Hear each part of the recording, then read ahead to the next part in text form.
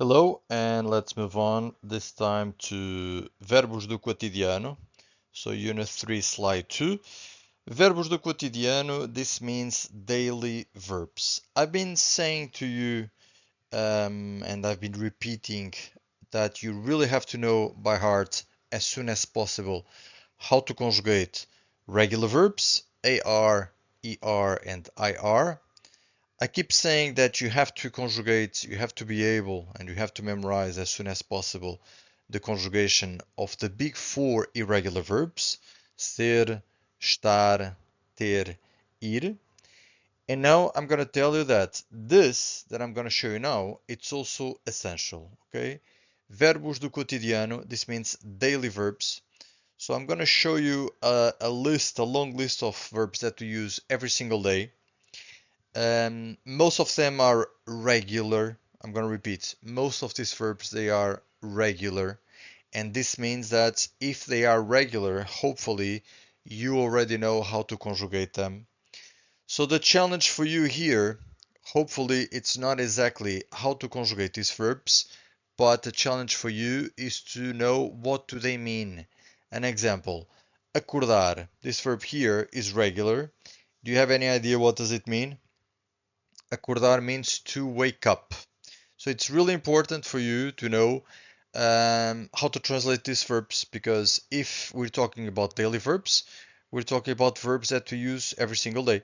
So if you use every single day, you really have to know them, okay? So I'm going to introduce these verbs now, but on Quizlet, so Quizlet, level A1, obviously, you'll find this set. It's the number 16. Okay, so Quizlet number 16. You'll find the daily verbs, and please make sure that once you complete this slide, this video, please go back to Quizlet and make sure that you complete this set. So again, number 16 on Quizlet, to consolidate, to learn and to consolidate these verbs, okay? So let's start here with acordar. I told you already, acordar is to wake up. So eu acordo, tu acordas, ele acorda, nós acordamos, eles acordam. It's just a regular verb. Adormecer, adormecer means to fall asleep. It's also a regular verb. Lavar means to wash. Lavar as mãos, so wash the hands. Lavar a cara, wash the face. Tomar banho, to take a shower, take a bath, or take a shower. So banho it's bath, douche is shower. However, very often we just take a shower and we use the word banho. So I could say eu tomo banho todos os dias. I'm just saying I have a shower every day, or I take a shower every day. So what I'm trying to say to you is that we use the word banho not exactly to have like uh, a long bath, but we also use the word banho just to take a shower. Fazer a barba. Fazer means to make. Make the beard. Make the beard sounds very awkward. Make the beard means to shave. So I could say eu faço a barba todos os dias. What I'm saying is I shave every day. Literally, I'm saying I make the beard every day. This doesn't work in English, but that's the verb that we use for this purpose. Vestir, vestir, it's to dress up. Put on, vestir a roupa, so to dress up, put on the clothes. Despir, it's to take off, so we only use take off the clothes. And dress, so we only have vestir, we only use vestir and despir for this purpose, okay? To dress up and to undress. Calçar, os sapatos, this means put on the shoes. And descalçar os sapatos, take off the shoes. So calçar and descalçar are two verbs. They are regular. We only use them for feet and hands. So I can put on the shoes. I can also put on the gloves, right? In English, but in Portuguese we say calçar os sapatos, calçar as luvas. Luvas are gloves. So calçar, descalçar, a bit tricky, only for feet and hands. Ir para a escola. This time, as you can see, we have this verb and then we have the preposition. So the preposition is this word that follows the verb, underlined, right? Because I'm gonna tell you that it's time for you to start paying attention to the prepositions, so these words that we have after verbs, okay? We have so many verbs, so many prepositions in Portuguese, but also in English, in French, in Italian, every single language. It's really, I still struggle with prepositions. You probably will see, you'll understand, so you already understood probably that sometimes I can't use the right preposition when I'm speaking English. And I've been using English, this language, for many, many years. This is because prepositions are really tricky and it's really hard for if you're learning a different language, it's really hard to know which preposition we have to use because we have loads of verbs, loads of prepositions, and it really takes time. Okay, so you'll have exactly the same problem in Portuguese. It's not the kind of thing that you will be able to solve today, tomorrow, next week, next month, or even next year. It takes years to be okay with prepositions, years and years. So just don't be too harsh with yourself. Just go with the flow. But at the same time, I'm saying to you that it's time to start paying attention to that, okay?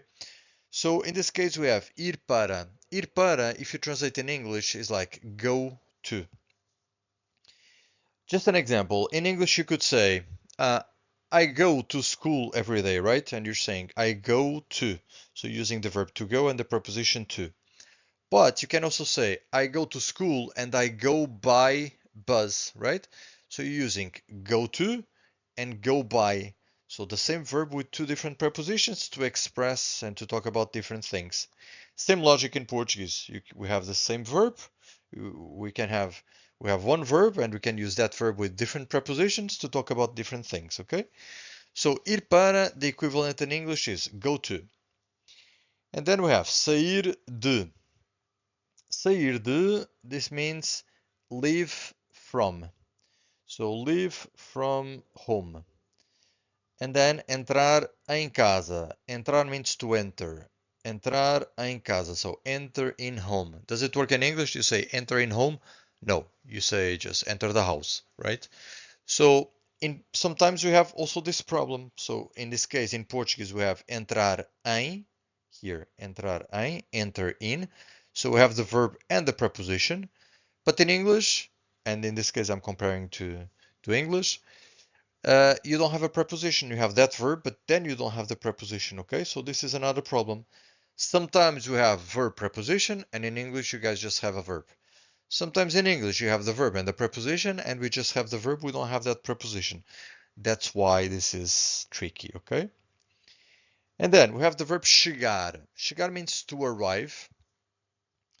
And now I'm going to ask you to, I'm going to say something, I'm going to read out loud three short sentences, and I'm going to ask you to write down what I'm going to say to you, okay? So please grab a piece of paper, a pen, and please write down what I'm going to say to you.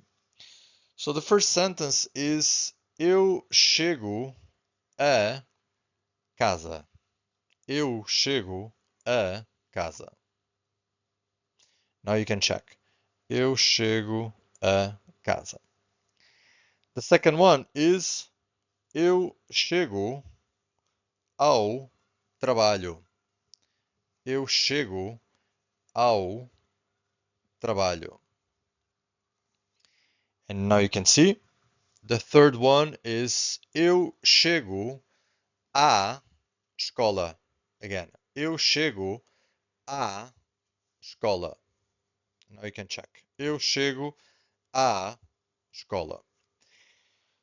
So I'm almost sure that this preposition here is not correct. You tried, you tried to wrote these three sentences, but I'm almost sure that this preposition here is not 100% correct. So once again, I'm gonna tell you that this preposition here, what I said was eu chego a casa. So this is like a close sound. It's the same sound that we use when I use the articles, when I say a Maria, a Joana, is that close sound. But on number 3, I said eu chego a, this is an open sound. It's the same sound that you get from the alphabet when you say A, B, C, okay? So this is an open sound. So why do we have here ow, and ah? So we have different sounds. That's one of the problems. But now I'm asking you a different thing. Why do we have three different prepositions if we're dealing always with the verb chegar, and chegar means to arrive? You probably don't know, so I'm gonna show you this. So we're dealing with the verb chegar. Chegar means to arrive. And chegar goes with the preposition a. So chegar a, this means arrive at. Okay, that's what it means. Chegar a, arrive at. So if you want to say in English, arrive at, the equivalent in Portuguese is chegar a. And now I'm going to explain you why we have these three different prepositions. I'm going to start with the last one. The last one we have, eu chego à escola. So this a that you can see here, this a with the accent, it's because we have to combine eu chego a, so this is I arrive at, this is a preposition that belongs to the verb, plus a escola, so the school. And every time we combine a plus a, or every time we have a, the preposition a, plus the article a, we have to combine these two words and we get this a. So, and every time we combine two words, we have to use this accent that goes from the left, from the left to the center. So this a, and we have to open the sound of this vowel. And then this ow that you can see here, it's because this time we combine eu chego a, I arrive at, plus o trabalho. And every time we combine a plus u, we get a new preposition that is ao.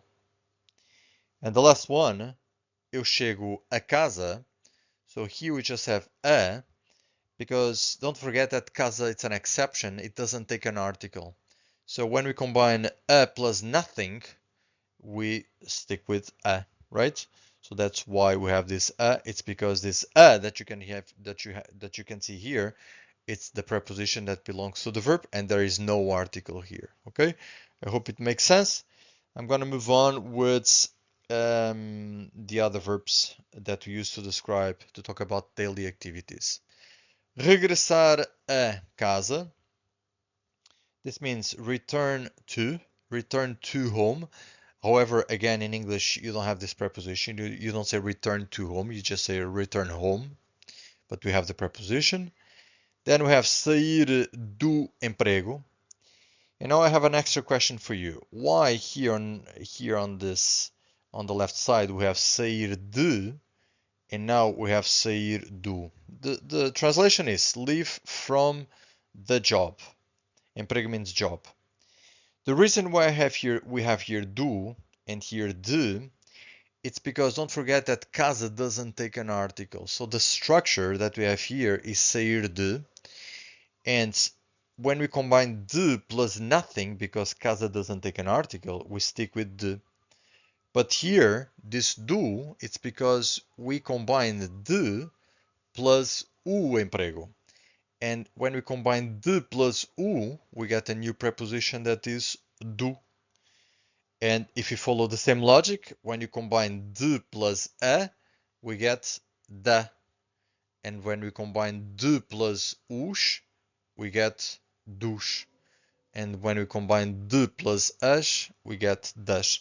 So it's always the same logic. We're always combining prepositions with articles. Then we have apanhar, apanhar o autocarro, catch the bus, catch the metro. So autocarro, metro, comboio, elétrico, barco, avião. Catch the bus, catch the metro, catch the train, catch the tram, catch the boat, and catch the airplane. Ir de comboio, this is go by,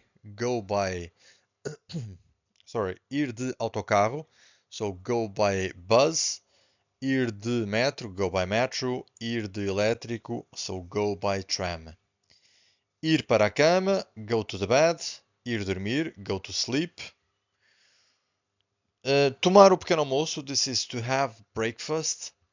Then almoçar, to have lunch. This is just a verb. Eu almoço, tu almoças, ele almoça, nós almoçamos, eles almoçam. So, eu almoço em casa. I have lunch at home. Tu almoças no café. You have lunch in the café. Lanchar, afternoon snack. Eu lancho, tu lanchas, ele lancha, and so on. Jantar, to have dinner. Almoçar fora, to have lunch out. It means to have lunch in a restaurant. Okay, it's not in a garden, it's in a restaurant. Every time we say almoçar fora or jantar fora, we're talking about having lunch or having dinner in a restaurant. Almoçar fora, to have lunch in a restaurant. Jantar fora, to have dinner in a restaurant. Restaurante, restaurant. Cozinhar, you probably know, it means to cook. Beber, to drink. Comer, to eat. So don't forget, after this slide, please go back to Quizlet. The number of the set is number 16. Please make sure that you do that activity on Quizlet a few times because it's really important for you to know as soon as possible the meaning of all these verbs that we have here on this slide. I hope you have enjoyed. I hope you have learned something. Thank you for watching and I'll see you shortly.